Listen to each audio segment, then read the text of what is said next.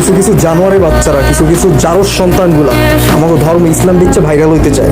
তোদের কথা হয়েছে কি, যদি বাবারে ভালোবাসো, যদি মায়েরে ভালোবাসো, যদি আল্লাহরে ভালোবাসো, তাইলে লাইক দাও, আমারে ফলো করো, আমার ঘন্টাটা ধরিয়ে চারটে ফিসা ফালাও। এগুলো কি মানুষের কাতারে করে যে এইগুলা নিজের ধর্মরে বিকৃতভাবে উপস্থাপন কইরা নিজের স্বার্থ হাসিল করে? এগুলো মানুষ হতে পারে না।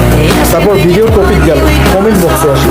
কমেন্ট বক্সে কি বলে, যদি মায়েরে ভালোবাসো তাইলে লাইক, যদি প্রিয় নবী হযরত মুহাম্মদ সাল্লাল্লাহু আলাইহি ওয়াসাল্লামকে ভালোবাসো তাইলে লাইক।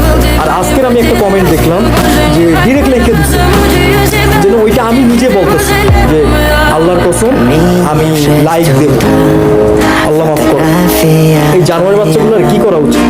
আর এগুলো তো লিমিট নাই, নাটক, সিনেমা, খেলা, মানে যেখানে পারে সেখানে এইসব দেয়।